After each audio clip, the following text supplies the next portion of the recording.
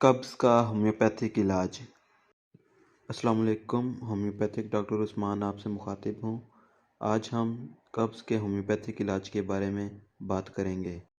सबसे पहली दवा का नाम है नक्स वोमिका। ऐसे अफराद जिनको बार बार कब्ज़ की शिकायत होती है और पखाना अच्छी तरह से खारिज नहीं होता, बार बार पखाना आता है, और ऐसे लोग जिनको कब्ज़ की वजह से बवासीर भी है, उनके लिए भी ये दवा बहुत अच्छा काम करती है। अगली दवा का नाम है एलोमीना। ऐसे लोग जिनको कई कई दिन तक पखाना नहीं आता और अगर आ भी जाए तो बहुत ज़ोर लगाना पड़ता है, ऐसे लोगों के लिए ये दवा बहुत अच्छा काम करती है। अगली दवा का नाम है ब्रायोनिया।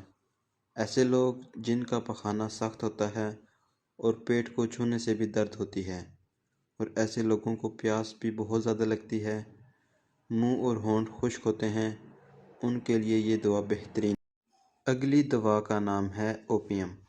ऐसे अफराद जिनका पखाना गोल सख्त गेंदों की शक्ल में होता है और कब्ज़ की शिकायत होती है, पखाना काले रंग का होता है, पेट सख्त और फूला हुआ होता है, ऐसे लोगों के लिए ये दवा बहुत अच्छा काम करती है।